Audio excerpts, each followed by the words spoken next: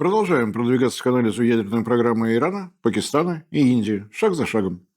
Международный политический аспект припомнили в предыдущей передаче, в которой я умудрился запутаться в фамилиях американских президентов, за что и приношу извинения. Но я как-то не думаю, что Эйзенхауэр был некой ключевой фигурой в плане резкого расширения сферы влияния США в самой технологичной отрасли. Уверен, что за его спиной стояла в тени команда профессиональных политтехнологов и реальных специалистов атомной физики. То, что Штаты были пионерами атомной индустрии, и то экономическое преимущество, которое эта страна выгрызла за время Второй мировой, не было гарантией от научных и технических прорывов в других странах. Причина, как мне кажется, была в числе прочего в том, что многие ученые, участвовавшие в Манхэттенском проекте, покинули его окончательно бесповоротно. Их дело было сделано, Штаты получили атомное оружие. Но уже в 1945 году физикам стало очевидно, что на пользу мира их труд не пошел. Еще не был подписан Японией акт о капитуляции, а промышленность Штатов по приказу правительства страны уже приступила к созданию арсенала ядерных боезарядов. Руководители Штатов и не думали скрывать, что выбрали себе нового врага – Советский Союз. Это не устраивало многих, в том числе и Роберта Оппенгеймера, который считал, что его задача была предельно четкой – опередить и тем самым остановить Гитлера и Германию, а вовсе не подготовка к войне с союзником, которым был СССР. В советской пропаганде никакие усилия не требовались. Те, кто дружил с головой и не потерял совесть, все прекрасно видели и понимали. Ядерный милитаризм Штатов заставлял вместо симпатии к одному из победителей во Второй мировой брезгливо отворачиваться от них. И никто не гарантировал, что поворот головы не будет выполнен на восток, тому красному проекту, олицетворением которого был Советский Союз. Реноме нужно было исправлять по внутренним причинам. Ученые не испытывали стремления работать только на программе Пентагона, бесчеловечность которых стала очевидна после атомной бомбардировки Японии. Реноме нужно было исправлять из-за внешней политики. Стран на планете много, но желание сотрудничать с государством, которое размахивает ядерной дубиной, наличествовало только в Западной Европе, уже тогда скорбевшей по безвременно ушедшему в мир иной фюреру. Поэтому предложение помочь всем желающим за счет бескорыстной помощи присоединиться к мирному атомному проекту, перешагнув через тяжелые во всех смыслах этапы разработки собственных реакторов и ядерного топлива, было достаточно. Такая помощь действительно дорогого стоит, чего бы и не согласиться на условия, предложенные столь щедрыми мистерами. То, что мистеры настаивали на получении результатов всех будущих исследований, не самая большая плата. Ведь так или иначе, Штаты действительно занимали лидирующие позиции в самой новой отрасли науки и техники. А самим Штатам, как я уже говорил в предыдущем выпуске, оставалось сделать последний решительный шаг – определиться с тем, какой именно исследовательский реактор они будут предоставлять потенциальным партнерам или пациентам. Тут ведь как посмотреть. И вот вы уж извините, я бы хотел напомнить, с чем, собственно говоря, имеет дело атомная энергетика, держа в голове то, что эта самая энергетика в любой момент может оказаться совсем немирным направлением. Тут в последнее время мы привыкли к странным определениям. Огромная мощность, кило урана заменяет вагон угля и прочие странные описания в стиле художественной литературы для младших классов средней школы. Связано это, конечно, с высочайшей квалификацией авторов подобного рода опусов, которым страшно боятся формулы «арифметика, наука жестокая». Но как раз именно она позволяет понять замысловатый факт. Глобальная система безопасности, мировая система сдержек и противовесов, мировая геополитика в наше время держится на свойствах мельчайших частиц материи, на их квантовых характеристиках и прочей зауме. При этом основные понятия этой самой зауми никаких выдающихся познаний в атомной ядерной квантовой физике не требуют, вполне достаточно обычной житейской логики. И еще одно соображение на ту же тему. На заре атомной эры, вне зависимости от государственных границ, ученые и конструкторы творили, выдумывали, пробовали. Это сейчас рабочей лошадкой атомной энергетики стали реакторы с обычной легкой водой под давлением. Но всеобщее согласие с тем, что это самый надежный экономически оправданный вариант конструкции реактора, возникло далеко не сразу. Больше того, остались компании, которые отстаивают свое право на другие типы реакторов. Канада упрямится со своими реакторами на тяжелой воде. General Electric уверена, что кипящие реакторы могут отвечать постфукусимским требованиям по безопасности.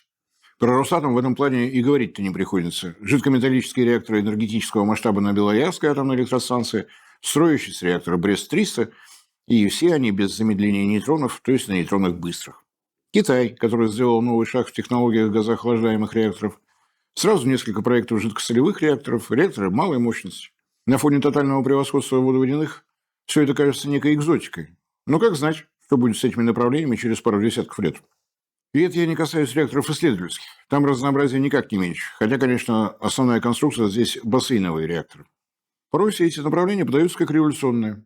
Но если присмотреться, почти все они родом из прошлого, из первых лет становления атомной индустрии как таковой. 40-е и 50-е годы – время эдакой атомной романтики, когда про риски радиации еще далеко не все и не все понимали, а потому и не обращали на них такого внимания, как в наше время. Направление в науке и в энергетике было настолько новым, что даже правительства государств вдохновлялись научным азартом, щедро финансируя порой даже откровенно рискованные направления исследований. Я порой по-белому завидую тем, чье детство пришлось на те времена. В магазинах игрушек можно было покупать конструкторы реакторов, причем с самым делишным набором комплектующих. Это вам не лего ни разу, тут все как у взрослых. И прежде чем что-то скручивать, школярам приходилось лезть в учебники, в научно-популярные статьи и между делом выносить мозг родителям. Конечно, перебрать весь этот атомно-реакторный зверинец хотелось бы, но в одно лицо такое просто невозможно. Так что реально это сделать только выборочным методом. Как думаю выбирать? Изначально задумывался рассказ про ядерные программы Индии, Пакистана и Ирана, так?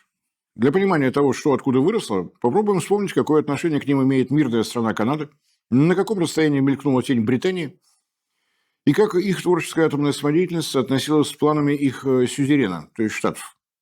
Реакторы на тяжелой воде, реакторы с охлаждением углекислым газом, высокообогащенный уран в качестве топлива, возможность нарабатывать оружейный плутоний.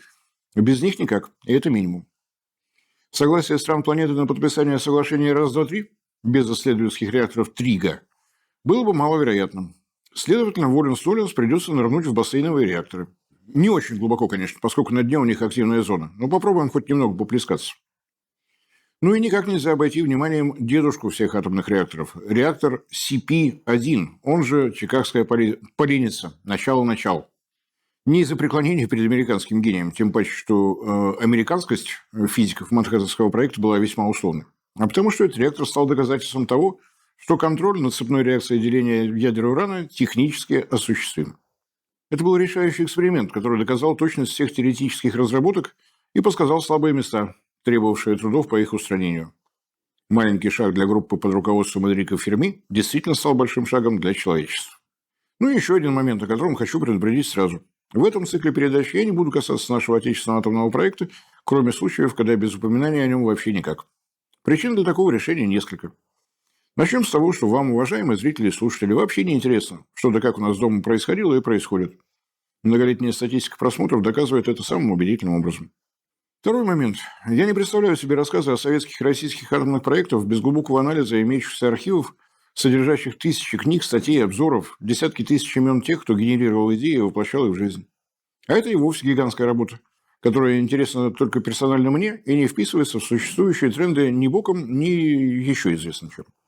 Когда в телевизионных федеральных передачах, посвященных 80-летию отечественного атомного проекта, перечень имен творцов этого проекта звучит как Курчатов, Сахаров, кто я такой, чтобы вспоминать про генералов НКВД, про научные институты этого ведомства, про огромный вклад Берии, Завинягина, Фитина, Махнева, Мешика, про Долежали, Зельдовича, Харитона, про десятки ученых и организаторов. Потому про Штаты, Канаду и Англию, да, про прочих разных нет. Не интересно, не модно, не трендово. Будем считать, что у нас оно тут все само выросло. Вот не было ничего, вот бац, все есть. Всем тем, кто с этим моим мнением не согласен, отвечаю уверенностью в том, что в год 80-летнего юбилея атомной индустрии России все, что необходимо, с блеском расскажет Росатом. Сделает он это так, как умеет, профессионально, красочно и захватывающе. Так что просто следите за его видеоканалами, сайтами и прочими совместными проектами с ведущими СМИ России. Уверен, что этого будет более чем просто достаточно для того, чтобы познакомиться со всем, что действительно интересно и что важно знать. Ну а по ту сторону границ интереснейший коктейль сугубо военных, научных, гражданских проектов, на которых и сосредоточимся, не пренебрегая тем, что никаких государственных границ не признает физикой процессов. Школьное. Свободный нейтрон, ядро атома урана, распад этого ядра, 2 нейтрона. Оно про нейтроны, но распад ядра интересен отнюдь не только этим. Для начала напоминаю, что эта школьная формула касается только ядра урана-235. Только это ядро, если верить школьным учебникам, способно к цепной реакции деления. Только оно при распаде выделяет 2 свободных нейтрона. Давайте чуть-чуть уточним, поправим эту школьную формулу. По схеме с образованием свободных нейтронов 1, 2, 4, 8, 16, 32, и на 10-м шаге уже больше 1000, Распадаются ядра не только урана-235, но и еще изотоп урана-233 и плутония-239. Это один момент. Второе, то, что при распаде ядер этих химических элементов в среднем образуется не два свободных нейтрона, а чуточку больше. В среднем это отсылка к квантовой физике, которые не позволяют предсказать то или иное событие со стопроцентной точностью, а только с той или иной степенью вероятности. Так вот, при взаимодействии с свободным нейтроном ядра урана-233 и урана-235 в среднем получаем по 2,41 вторичных нейтронов, а при такой же реакции для ядра плутония по 2,89 этих вторичных нейтронов. Школьный учебник упрощает, чтобы не забивать головы сотыми долями. Мы этого тоже делать не будем, просто зафиксируем, что образование этих вторичных нейтронов в реальности идет значительно куда как более лавинообразно. Нет, давайте напугаю, исключительно для красоты и чтобы доказать, что калькулятора я не боюсь. А теперь к главному. При делении из-за удара свободным нейтроном в лоб или по лбу каждое ядро урана-233, урана-235, плутония-239 не только образуют вторичные нейтроны, но и выделяют свободную энергию. Происходит своеобразный микровзрыв. Именно микро. Речь идет о невообразимо малых частицах вещества. Если в джоулях, то одно деление одного ядра атома урана-233 или урана-235 дает 3,2 умножить на 10 в минус 11 степени джоуля.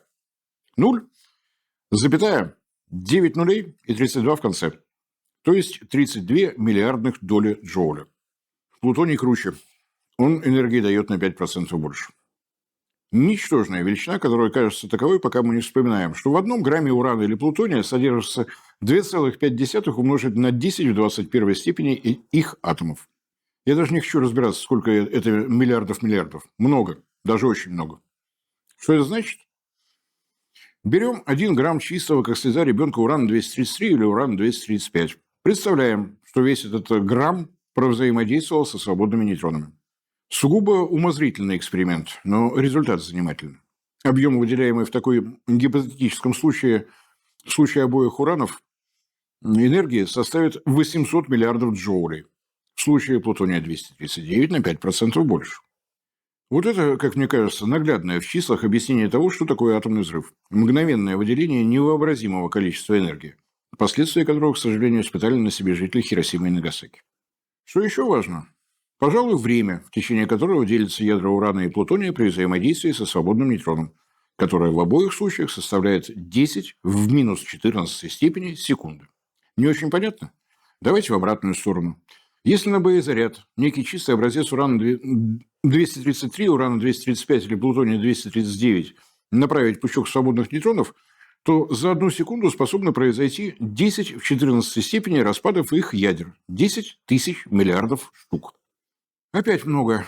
Но тут ведь видно, что за 1 секунду даже 1 грамм делящегося материала со свободными нейтронами провзаимодействовать не успевает. Ядер в 1 грамме 10 в 21 степени, число взаимодействия всего лишь 10 в 14 степени. Что подсказывает логика? Часть ядер успевает распасться, часть нет. Но энергия-то уже выделилась, причем выделилась в бешеном темпе и в бешеном объеме. Это взрыв, который заставляет разлететься в стороны все те ядра урана или плутония, которые не успели поучаствовать в этом празднике жизни.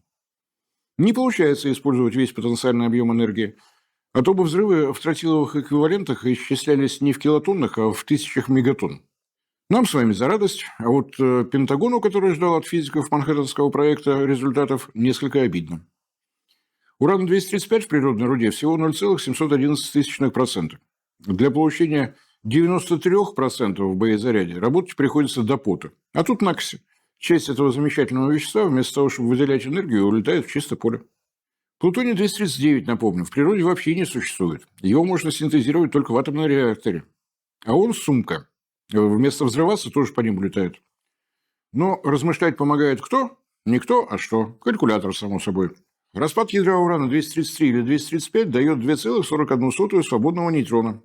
Распад ядра плутония – 2,89 свободного нейтрона. Вывод очевиден. Господа товарищи военные, плутоний любят куда как больше. Любовь в числах тоже известна. В небе над Хиросимой взорвался малыш. 64 килограмма урана-235 с обогащением в 93%. Мощность взрыва в тротиловом эквиваленте по разным оценкам от 15 до 18 килотонн. В небе над Нагасаки был взорван толстяк. 6,2 килограмма плутония-239, мощность взрыва в тротиловом эквиваленте 21 килотонна. Ну и как тут не полюбить плутоний всей пентагоновской душой? С вашего позволения, перечислять десятки тысяч человек, убитых сразу в момент взрыва, и позже от лучевой болезни я не буду. Сами найдете, если любопытство гложет. А в Пентагоне я не служу, потому не живодер. Ни малейшего удовольствия от бесчеловечных экспериментов американцев не испытываю. А это были именно эксперименты. Безжалостные настолько, что я вот прям считаю претензии американцев к доктору Менгеле такими оправданными, что вот просто сил нет. Извините, отвлекся. Эксперименты над Японией требовались военным руководителям Манхэттенского проекта, чтобы оценить сразу множество параметров. Эффективность боезарядов. Тут галочка. Эксперимент подтвердил, что до разлета в сторону плутония успевает взаимодействовать куда как больше, чем урана. Второй вопрос. Что быстрее и дешевле, синтезировать плутоний или обогащать уран по изотопу 235? Третий вопрос. Какой боезаряд в результате сколько весит? Что с габаритами получается? То есть, какой из них можно доставить на большее расстояние? С Хиросимой, конечно, неплохо получилось, но хочется-то Москву с Ленинградом, так что про расстояние доставки это не праздный вопрос.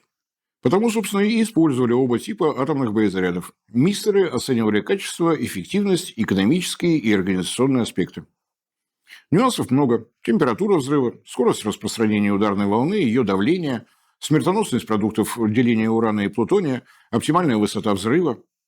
Адская бухгалтерия над результатами экспериментов работала, не покладая рук. Кого-то подергивает? Меня, признаюсь, тоже. Особенно с учетом того, что и нашим физикам-ядерщикам в нашем спецкомитете пришлось сделать ровно такие же оценки. В отличие от наших старовоенных времен, тогда никто из них не сомневался, что слова «гуманность» и «человеколюбие» с Соединенными Штатами сочетаются так же, как лыжи с русской баней. Потому остановить этих демократизаторов может только точное знание того, что ответный удар будет не менее жестоким и разрушительным. Никакого другого языка джентльмены в Пентагоне и в овальном кабинете не понимают, какие бы вежливые слова дипломаты при переговорах с этими людьми не использовали. Без дипломатии все переговоры звучат куда как лаконичнее. Русский, видишь мою дубину? Будешь плохо себя вести, по башке хрясну. Вижу. А вот моя. Такая же, только с шипами. Будешь и дальше выезживаться или присядем за стол, по понятиям потолкуем.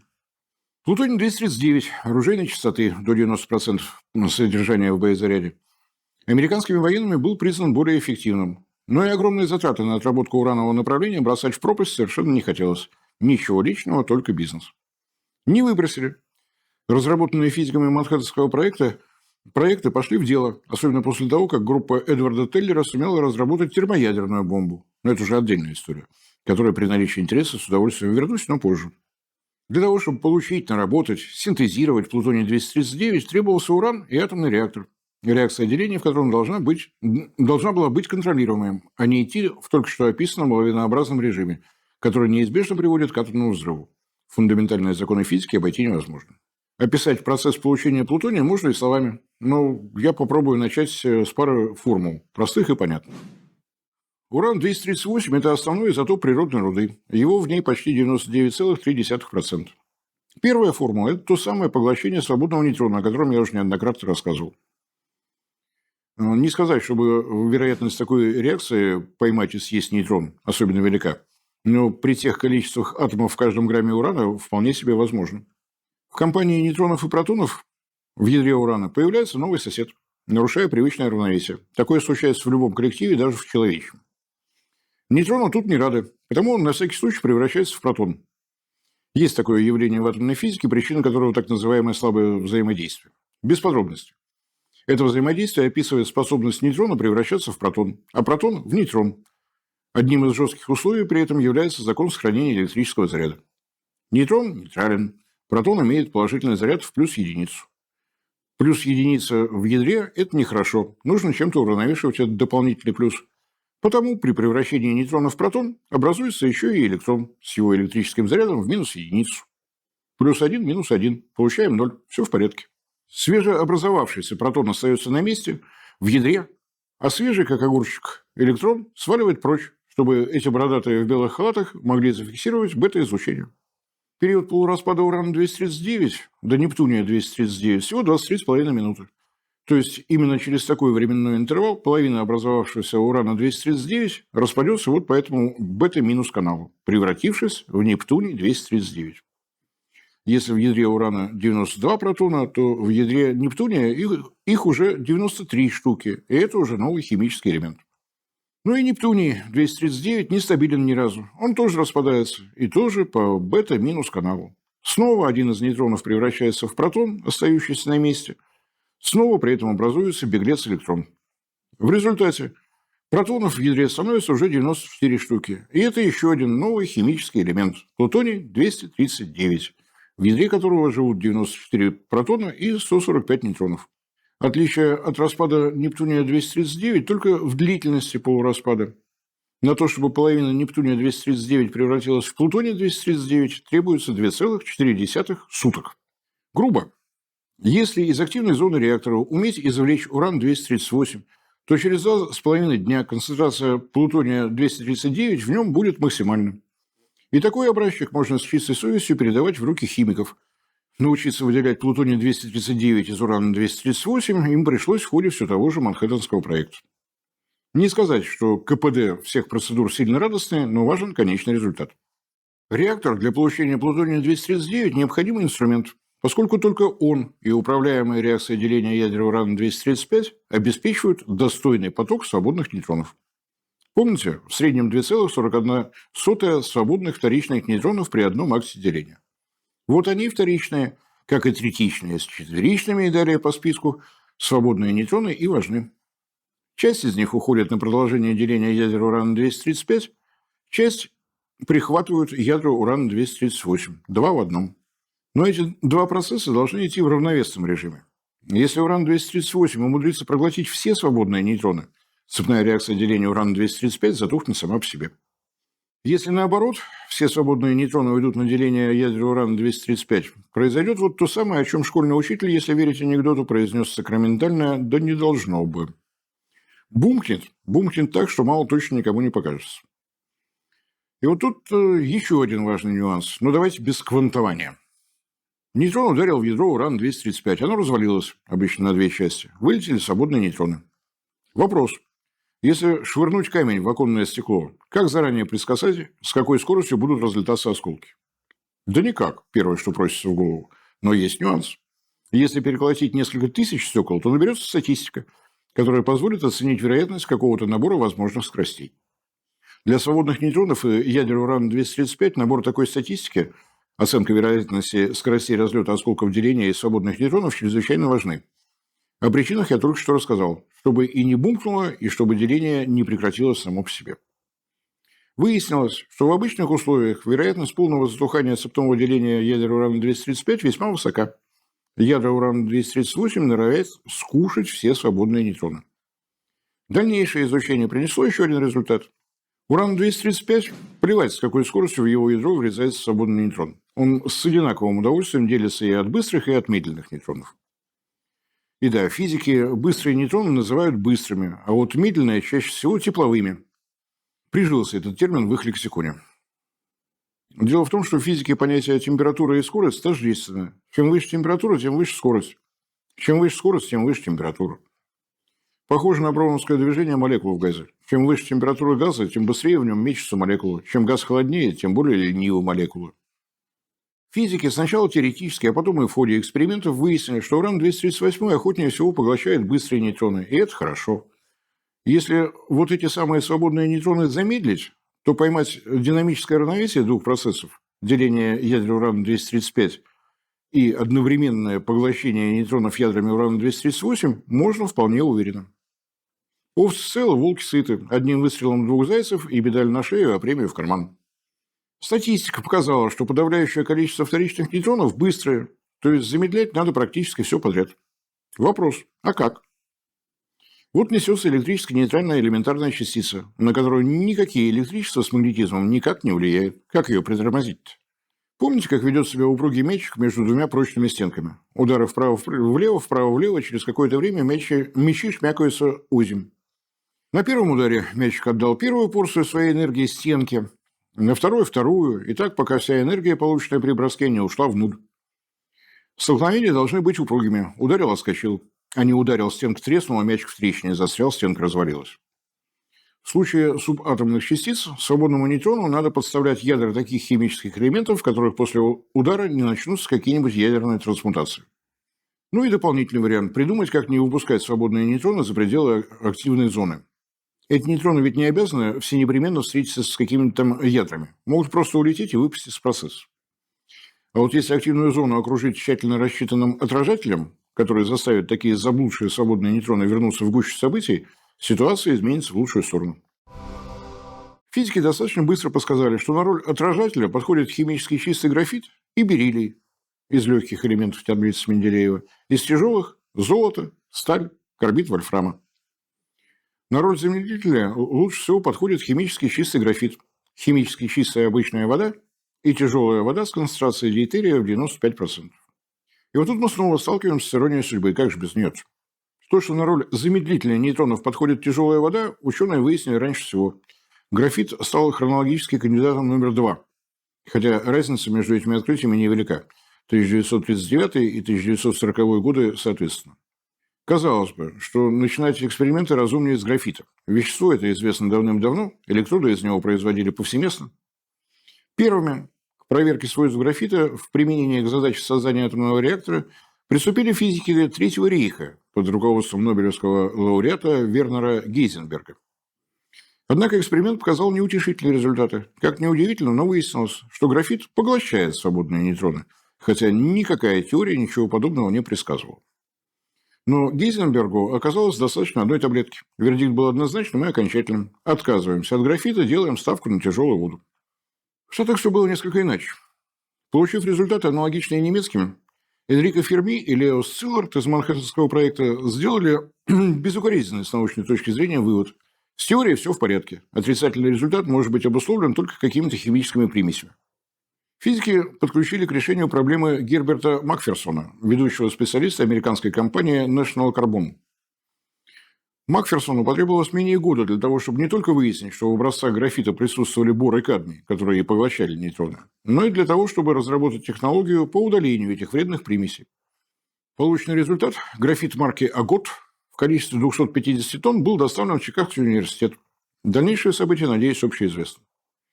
Группа под руководством Энрико Ферми, первый в истории атомный реактор CP-1, Chicago Pile, Чикагская поленница, и вот это все, приведшее к получению первых партий плутония-239.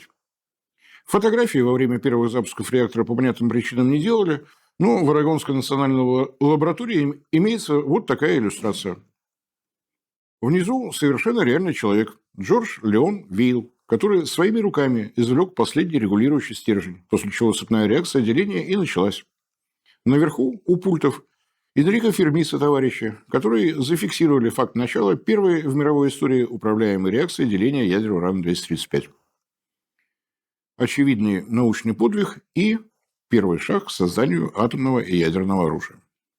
Материал, из которого выполнено вот это возвышение напротив реактора, не самый простой, а вот уровень радиации там, где стоял Джордж Вейл, составлял 3 рентгена в час. Разумеется, в силу этого жизнь его сложилась тяжело. Он умер в 1995 году, прожив всего 87 лет. И да, деревянные брусья, которые мы видим на рисунке, имели место быть и в реальности. Они фиксировали графитовую кладку, а заодно подарили реактору CP-1 его название. И нет, никаким музейным экспонатом Чикагская поленница не стала. После серии удачных экспериментов ее разобрали, чтобы использованные материалы применить для создания уже промышленных реакторов, наработчиков плутония. Джордж Вейл без всякой биологической защиты, да, сплошная ядерная романтика зари атомного проекта. Порошкообразный оксид урана прессовался в брикеты на гидравлическом прессе в одном из соседних помещений. В другом помещении, на обычных деревообрабатывающих станках, выпиливались графитовые блоки. Системы защиты активной зоны не было от слова вообще. В случае перегрева графитовых блоков предусматривалась невероятно высокотехнологичная система охлаждения. В помещении были подведены шланги с ближайшего водопровода. И при всем этом никто не пострадал. Реактор проработал со 2 декабря 1942 года по февраль 1943. На нем была проведена серия экспериментов. На полной мощности в целых 200 ватт реактор трудился целых 35 минут. Ферми убедился, что все теоретические расчеты подтверждены, на том и все. Уж простите, что я об этом напоминаю, но в Советском Союзе судьба реактора F1, физического первого, была совершенно иной. Разбирать его никто и не думал. F1 стал нашим первым исследовательским реактором, на котором шли эксперименты, необходимые для совершенствования конструкции реакторов, ядерного топлива, биологической защиты, обучения персонала реакторов новых поколений, изучения спектров нейтронов, свойств конструкционных материалов и многое-многое другое. Реактор F1 проработал более 60 лет и был остановлен только в 2012 году. А с 2016-го первенец нашей отечественной атомной индустрии имеет статус памятника науки и техники. Музей в Курчатовском институте открыт для посетителей с 10 до 19 часов ежедневно. Если, мало ли, а вдруг кому-то это интереснее, чем свежие новости от Трампа и фон дер Ляйен, то не забудьте записаться на посещение музея заранее. Будем считать минуты рекламы. Кстати, можете вслед за мной поставить жирную галочку на имени Герберта Макферсона. В 1956 году он стал руководителем проекта по созданию реактора на расплавах солей. Историю с попытками создания реактора, использующего Тори-232, я ведь так и не закончил. Так что помечаем, пригодится. Казалось бы, что с созданием и реализацией проектов создания уран-графитовых реакторов Пентагону можно было бы успокоиться. Но оказалось, что только казалось. Начали с очевидного. Хотя для выполнения основной функции наработки плутония вполне достаточно природного урана с его 0,711% изотопа 235. Но увеличение содержания этого изотопа наращивает поток свободных нейтронов, что в свою очередь позволяет быстрее нарабатывать плутоний. Следовательно, диффузионная на мембранных сеточках технология обогащения урана по изотопу 235 оказалась востребована не только для получения урановых атомных зарядов, но и для производства зарядов плутониевых. Правда, тут же пришлось напрягаться с усложнением конструкции реакторов. Чем выше содержание урана-235, тем больше выделение тепловой энергии, тем больше риск растрескивания графитовых блоков. Снимать температуру проще всего проточной водой, тем более, что если использовать воду без химических примесей, она создает дополнительное замедление нейтронов. Собственно говоря, вот достаточно точная общая схема такого реактора. Единственное, что к этой схеме остается добавить, так только то, что трубу с двойными стенками называют технологический канал. Технологический канал пронизывает графитовые блоки. Внутри него топливные стержни, вдоль которых снизу вверх под давлением втекает холодная вода, которая, пробегая вдоль топливных стержней, забирает у них температуру, постепенно нагреваясь, после чего уходит прочь из активной зоны. Еще с названием корпус реактора немного погорячились. Нет корпуса у уран-графитового реактора. Вместо нее бетонная стенка приличной толщины. Снаружи ее защитные свойства усиливают за счет свинцовых пластин. А вот внутренняя поверхность этой стенки покрыта слоем отражателя. Возможные варианты я уже называл. Все тот же ядерной частоты графит, бериллий, сталь и прочее. Стержни управления вставляются в их собственные технологические каналы. На схеме они вдоль стенок цилиндра. Выполнены эти стержни из материалов, хорошо поглощающих свободные нейтроны. То есть алгоритм действий простой. Если реакция распада ядра урана-235 излишне разгоняется, опускаем управляющий стержень, чтобы он подъел свободные нейтроны, да и все. Выгорает уран-235 в активной зоне. Вторичных свободных нейтронов становится меньше, поднимаем управляющие стержни. Простенько и со вкусом. До превращения оружейного промышленного реактора в реактор энергетический остается всего один шаг. Обеспечить вскипание воды для превращения ее в пар, который можно с чистой душой отправлять на ротор турбины. Такие схемы энергетических реакторов существуют и действуют и поныне. General Electric прямо сейчас работает над созданием проекта кипящего реактора, отвечающего постфукусимским требованиям по уровню безопасности. Многим это не нравится. Вода успевает набрать наведенную радиацию, а это уже риск такой же наведенной радиации на конструкционные элементы в турбинном отделении. Но вот именно не нравится на уровне эмоций, поскольку физики и химики, конструкторы и инженеры обеспечили надежную эшелонированную радиационную защиту. Нет, остановлюсь, а то опять будут обвинять в распевании дифирамбов в адрес РБМК, реактора большой мощности канального, советского проекта, который вам, уважаемые зрители и слушатели, принципиально не интересен. Специалисты Манхэттенского проекта с уран-графитовыми реакторами работали много и успешно, и к моменту произнесения Эйзенхауэром речи «Атом во имя мира» знали и умели очень многое. Но поставлять такие реакторы на экспорт точно никому в голову не приходило, поскольку это была прямая дорога к началу производства плутония, что потенциально несло риски для американцев еще большего размывания монополии на атомное и ядерное оружие. Предлагаю считать, что дань памяти первенству науки мы отдали, а заодно сделали первый шаг на пути к бассейну. Ядерному, разумеется. Мне кажется, что сегодня передача получилась так довольно объемной, но без анонса следующей не обойдусь. Рассказ про уран-графитовый реактор, если помните, я начал с упоминания о том, что в Германии с ним не сложилось. Потому группа Гейзенберга приняла решение сосредоточиться на создании реактора с тяжелой водой. С графитом получилось у американцев. Но вот могли ли участники Манхэттенского проекта в связи с этим успехом пройти мимо тяжелой воды? Пункт номер 1. Дейтерий. Изотоп водорода, в котором в ядре у одинокого протона появляется сосед, друг, товарищ и почти брат, нейтрон, был открыт американским физико-химиком Гарольдом Юри в 1932 году. Тут не только гордость первооткрывателей, но и накоплены глубокие знания о свойствах и самого дейтерия, и его молекулы в соединении с кислородом, то есть той самой тяжелой воды. Пункт номер 2.